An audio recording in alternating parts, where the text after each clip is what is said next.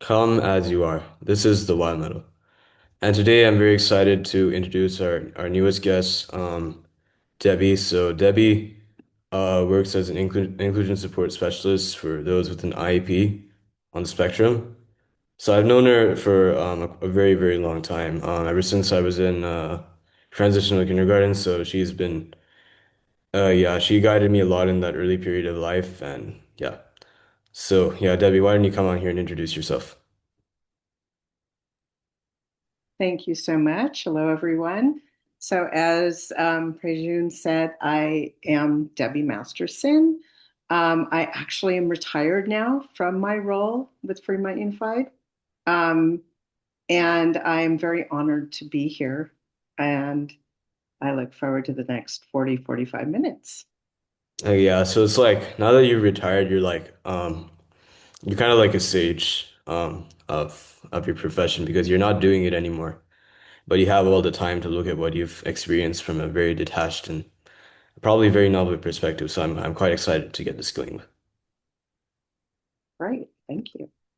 So yeah, so first we're gonna start with some foundational questions. What does neurodiversity mean to you? Neurodiversity, when I say the word or I talk about the meaning, it really is just kind of a broad idea of everyone. Like we are all in some ways neurodiverse. None of us are the same. We all think a little differently, wired a little differently. That's what it means to me. Just differences. Okay. Mm. So yeah, I really agree with that sort of thing. Like yeah, I think it is true that probably it's probably like even in diagnosis, I think the categories for certain disorders are also expanding because like not because people are getting like more abnormal. I think it's like kind of negatively charged to say that they're becoming more abnormal. I think it's just more that we're noticing differences and we're learning how to accommodate those better. So yeah, I think that's my view on it. Um So, yeah, how did you begin working with neurodiverse individuals? Like, how did you come to that position as an inclusion support specialist?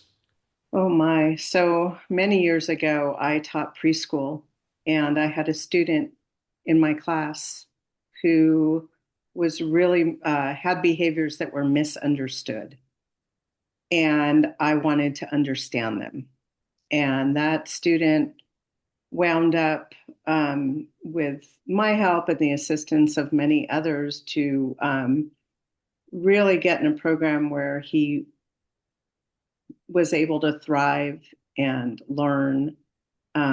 But it was through him and through some of those behaviors that nobody else understood.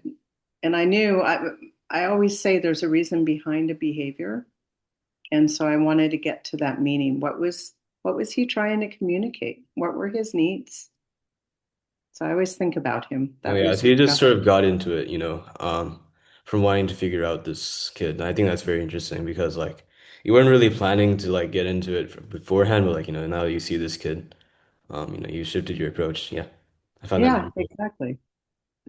Um, so yeah, I guess like the next question is pretty clear. Like, I think it's like pretty obvious that what motivates you is finding answers, but like how do you develop your answers? How do you cope when it's difficult to understand why a kid is behaving? Do you ever just accept that maybe they're just maybe they're just overwhelmed, or do you just tend to accept things, or are you always pushing to like find a true meaning or an answer for like every behavior of the kid? That's a good question. I would say there's a point in which I do stop. I don't always need the answer. Sometimes a behavior is just that. It's just a behavior and we need to get through it.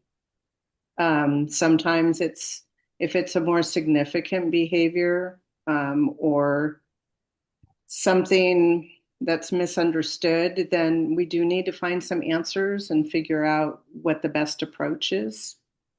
But I don't Yeah. always need to find the answer, because sometimes we just need to accept. Oh, yeah, yeah, that's fair enough. I think accepting is also another place too. where you can find answers because like I think like if you just let answers come to you rather than you trying to find the answers, like yeah, I think it's a two-way process. Like I think interest is something that creates its own seeking. Like so like I think if you're interested in something, you're gonna notice patterns, you know. Your cognitive resources are going to be applied to that, even if you're not solving a specific problem.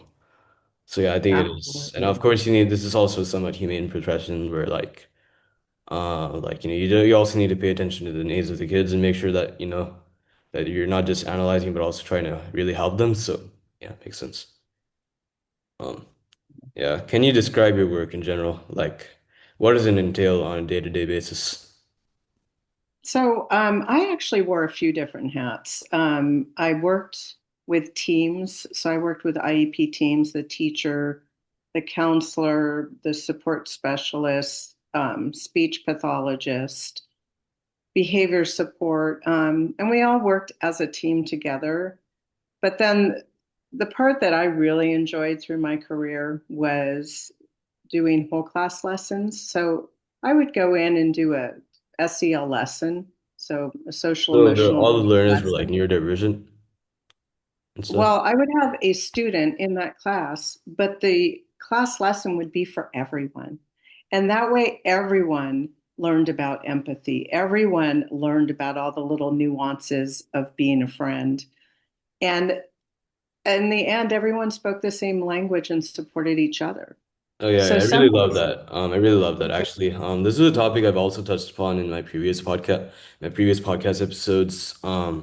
Yeah, it's that often like it's not just a one-way process where the neurodivergent person has to like learn how to integrate with society. They should also make sure that others are also respecting him. So yeah, I think as educators, it's important to create as supportive as an environment as possible. You know, neurotypicals are not perfect.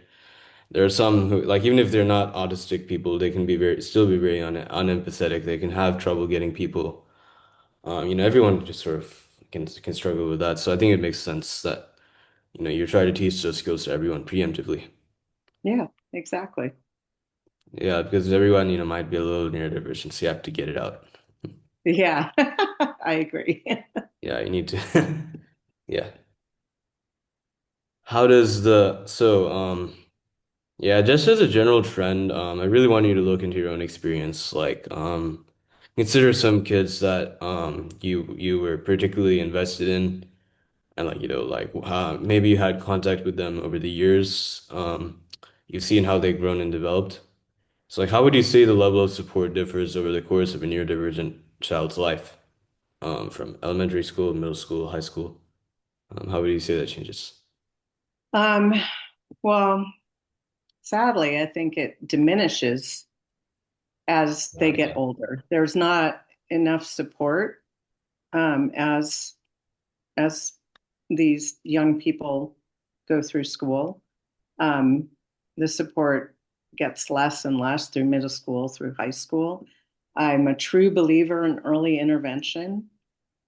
I think we can start in preschool and go from there because that really is, if you start with that foundation, that social emotional foundation, everything else will come. Okay, So if yeah. we Um, really hone in on social emotional health and well-being, all the little nuances, um, and not just, peer relationships, but how do you communicate with your teacher? What if you had a bad day? How does that, what does that look like when you go home? How can your parents support with school, with the academics, right? So, but I think it changes immensely. I think there's a lot of one-on-one intervention early on, and then it goes more to a group, and then it just in high school intervention really is working with the teachers, possibly the family, depending on um, how much the family wants more support for for their child. I see. Yeah. But I always think of the big picture.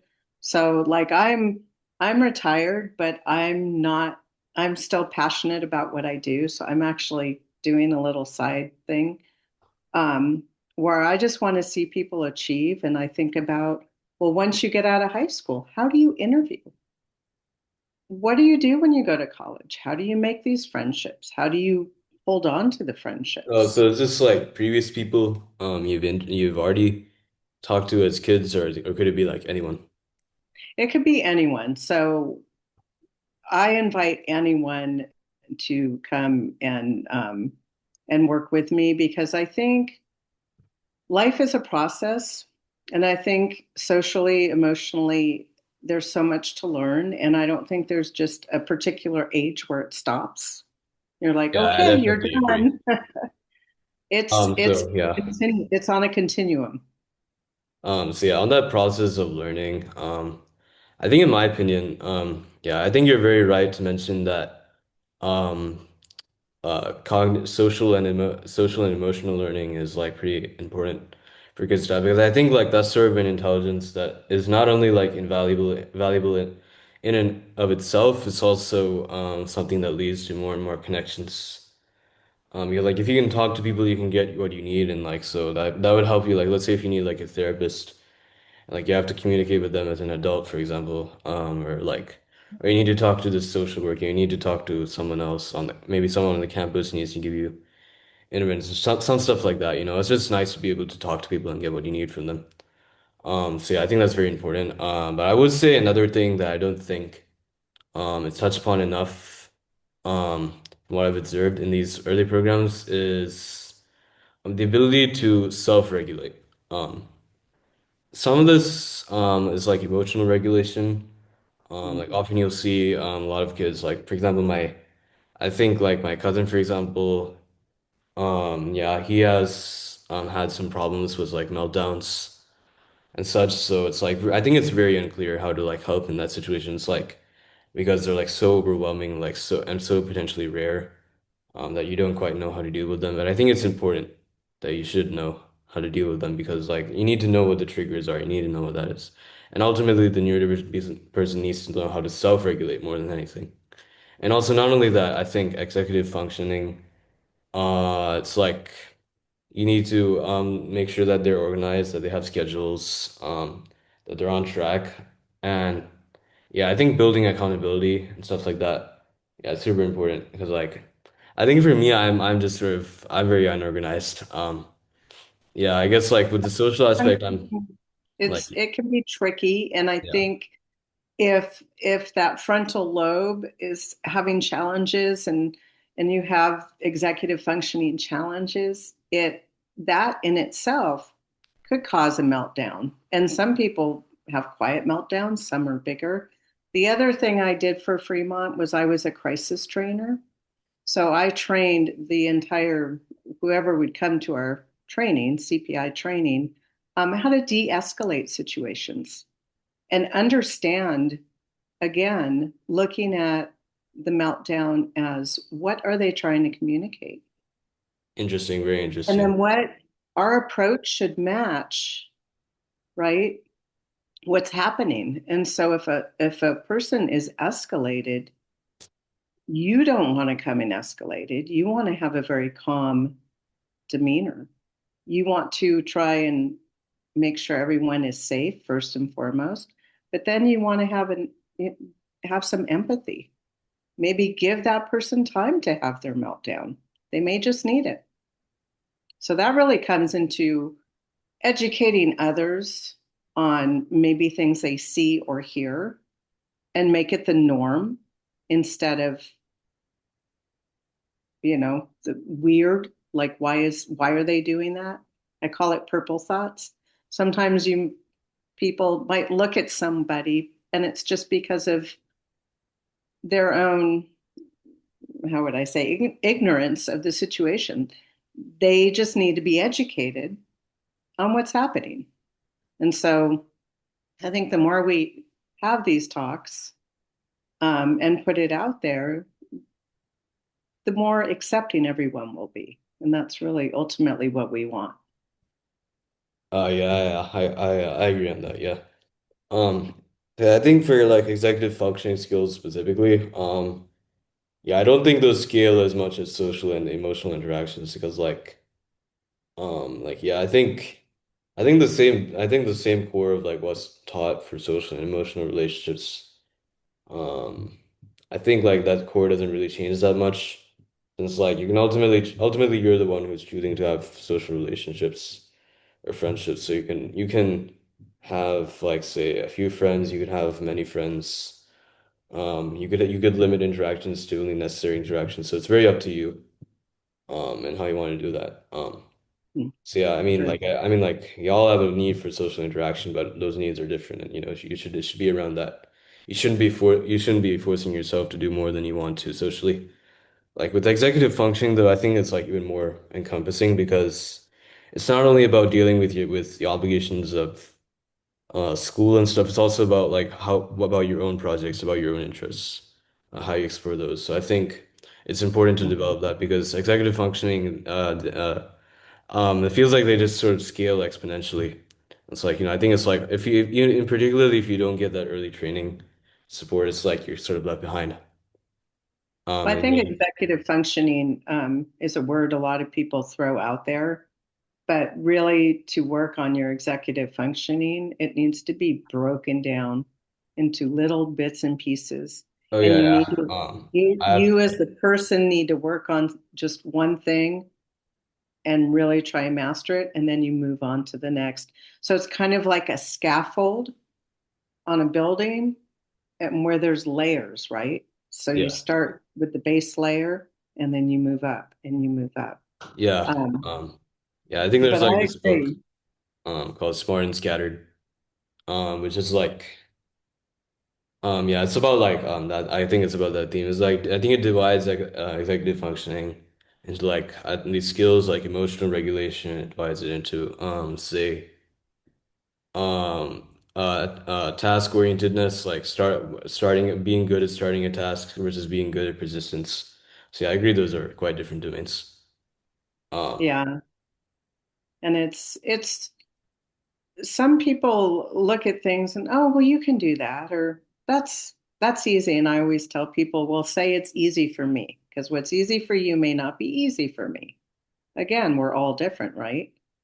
yeah, that's But I true. think understanding if you have executive functioning challenges, you have to be patient with yourself, but also persistent and really, again, break it down and ask yourself, well, where am I going to start? And sometimes you might need help with that because just that thought in itself could be overwhelming, right? Where do Yeah, you start? so yeah, I guess that sort of ties into the name of this very podcast, actually. It's the wild middle. So it's like, well, I interpret its primary meaning is that it's a sort of a wild period of transition between high school and college. You know, that experience of being old and adolescent. I realized that also has secondary meanings of, say, being caught in emotional turbulence, Mm. being caught in all these demands and stuff, which is yeah. So that's like another meaning of the wild middle. So like, yeah, how would you interpret it personally? That sort of Well, meaning. that's interesting because the second half of that, that's kind of what I was thinking. The wild middle, when I heard it, just makes me think of like just going from adolescence to young adult to adulthood, right? And all the nuances that come with it, and Yeah. trying to navigate through the thing we call life, um, and really achieving your goals. So Mm, yeah, it's kind of the wild middle. Like, what am I? Where do I start? What do I do next? How do I do it? yeah. So, yeah, I think the wild middle can also come from like outside forces. If there's like a lot of turbulence in your life, that's also another form of the wild middle. Really, it's Hmm. just like I just like saw that I've seen the chaos of the universe and I've given it a name in the podcast. Um, so yeah, we're basically just channeling collective currents here. Um, Yeah. so yeah, yeah, and I guess one source of a lot of emotional strife. not only but especially for neurodivergent people, is the bullying. So yeah, I think it can be at like all age levels, all sorts of it can affect all sorts of people, and it's like different at each age level too. So like yeah, what are the common patterns you notice with in relation to neurodivergence and bullying happening at schools? Like how is it different for different age groups? How is it expressed? Why do people feel like they want to bully the neurodivergent person? And like what are some strategies that you think are helpful in this instance? Well, I think people that bully, they themselves have something in their life that they're missing. So I have some empathy for them because something either happened with them, maybe they were bullied, or something is not whole with them. So they feel the need to move forward and bully someone else because they think it's going to help them and make them feel good. When in fact, it'll eventually not make them feel good. And I can speak firsthand on this.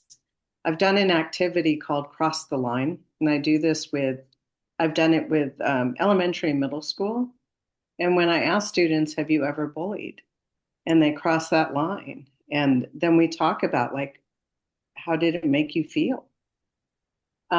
Nobody ever said, oh, I felt great to be a bully.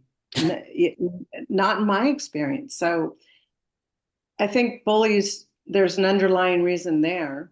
I think in elementary school, bullying looks a little different. It's more blatant.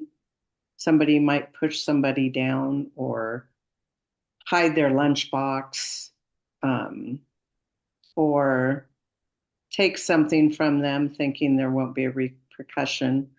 But as you get older, bullying starts to look different and almost unsafe. So in middle and high school, I've seen bullying where somebody who maybe doesn't read the room, right, understand the situation at hand, what's happening, they might be asked to do something that's either unkind, unsafe, um, and they go ahead and do it. And so that's to me, and then there's cyberbullying. Um, you see that really starts around fifth grade, sadly, and goes, and that could be anything. It's really just taking somebody and saying really mean things or making up a story, and it's all over the internet, right? So that's cyberbullying. Then you don't hear about this often, but I'm going to say it. I've seen teachers bully students. Yeah. Um, Not physically, but mentally. So, and it's been some of my students where maybe they have a slower processing time, right? So if a teacher asks that student to do something and they don't do it within that second, they keep going on and on. Why didn't you get that? And then they go over to their desk and they're banging on their desk. Why aren't you doing that? Well, give them a moment to process what you just asked them to do. And that's part of what I used to do, right? I'd go in and try and work with the teacher and help them understand. And a lot of times it wasn't just my student, it was a few other students in the class. We all process differently. So Yeah, it makes sense. I've had some Um, teachers actually thank me for bringing that to their attention without actually coming out and saying, hey, but just kind of modeling it and saying, oh, let's give them a few minutes and then come back. Most of the time, students did what was asked, or they needed a break, but let's understand what's happening. So yeah, that's my take on bullying. I'm a huge believer in self-advocacy. So I always try and work with people and help them learn what that means. How can you self-advocate for yourself in physical situations, in just different situations, what that looks like and sounds like. And that comes back to like body language, facial expression, really being self aware. is really important to help diminish Oh the yeah, yeah, bullying totally. problem. Yeah. Well, on bullying, I think like sometimes bullying is not like I do agree it can come from a background that's sort of abusive to them. I think also sometimes kids are just a little sadistic. Yeah, Um, that's true. yeah. And Yeah. yeah, I think with the what you mentioned about bullying getting more like conversational in nature as opposed to like physical. I think there's also a bit of a gender difference there.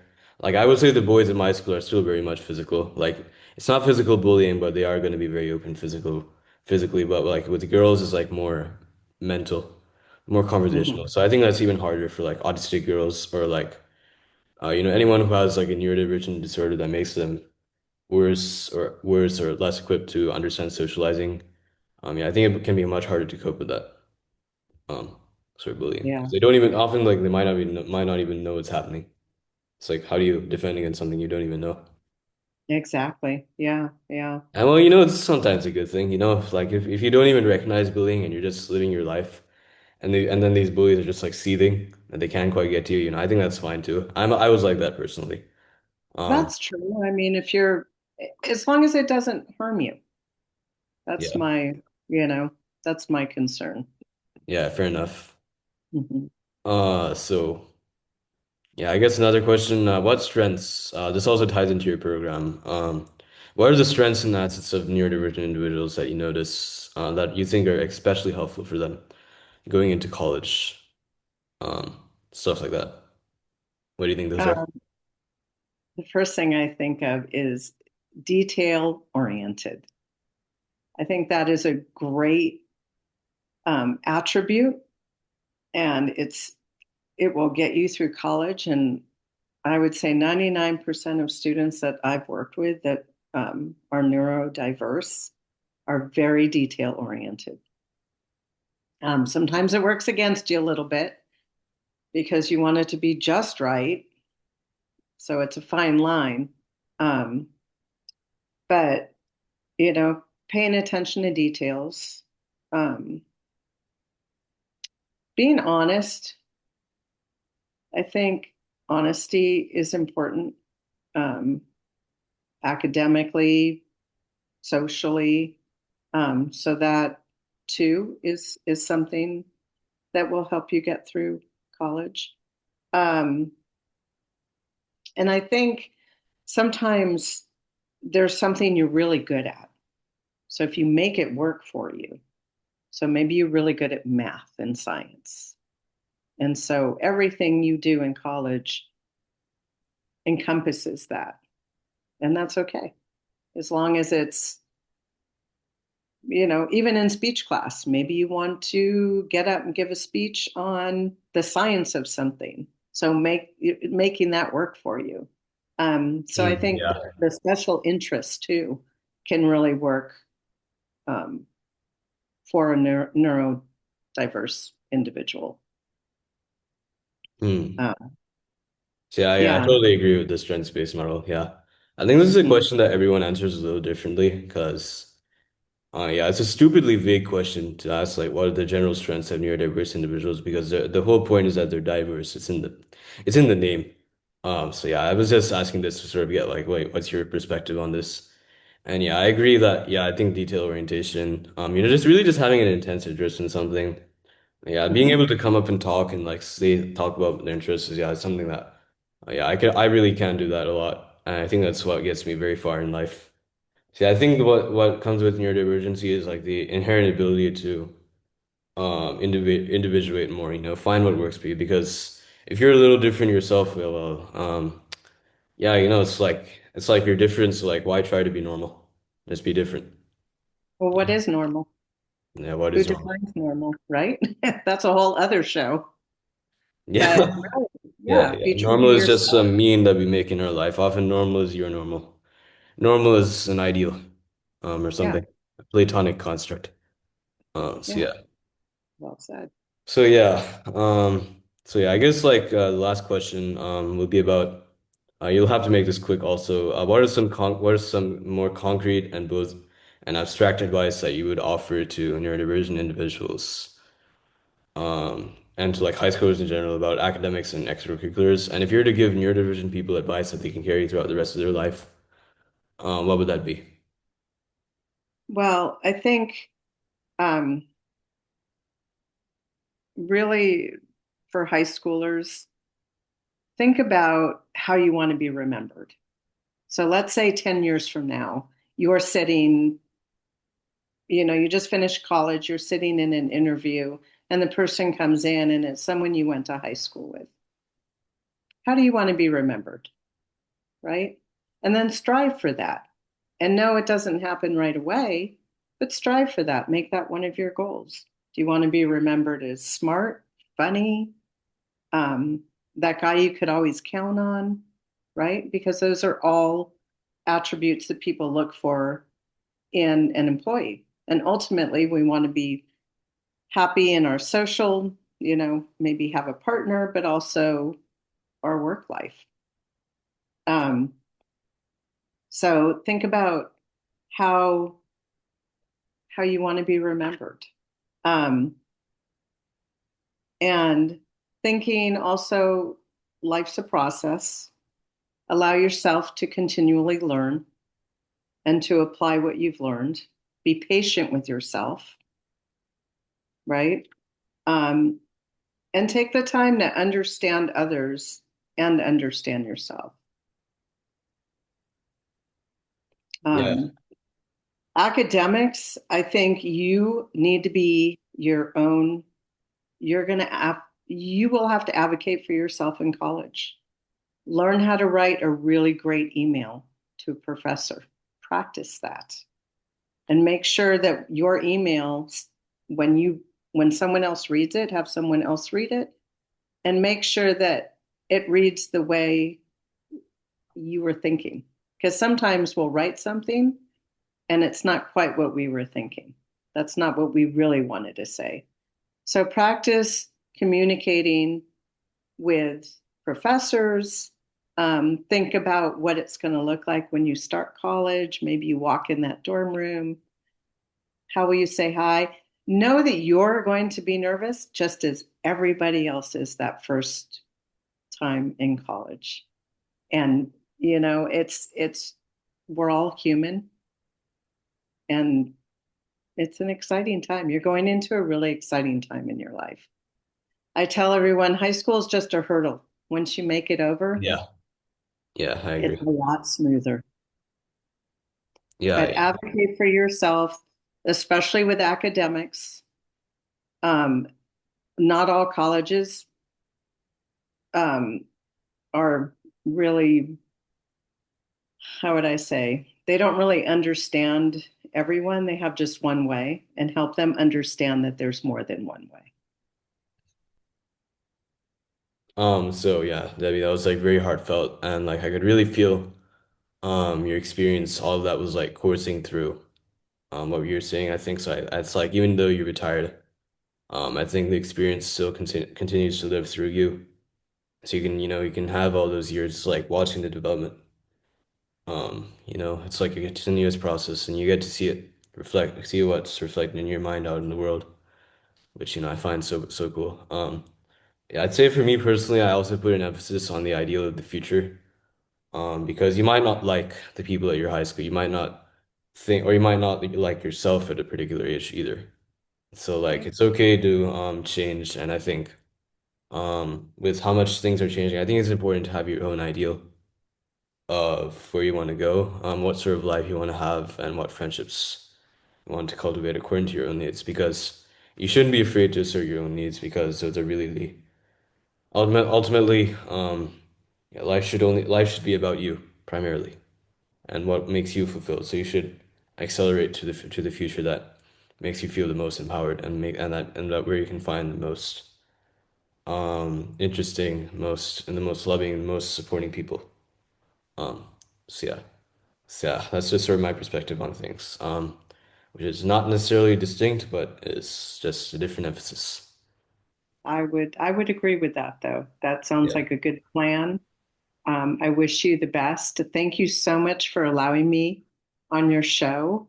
Yeah. And I have to say, I just want to end with I've learned so much through my years from all my students, you included. I yes, I use you as an example, without your name, of course, um, of the abilities people have at such a young age. Your That's ability true. was to say the alphabet backwards and to form words from just grabbing letters in your classroom and forming words. And you were so excited about it. So stick with what you're excited, what makes you feel happy. And I hope the best for you, and please keep in touch. So, yeah, makes sense. Yeah. So yeah, I guess yeah, that's very. Thank you so much, Debbie, for being here too. And yeah, I guess this concludes our session. So yeah, bye everyone. Bye. See you soon. Stay tuned.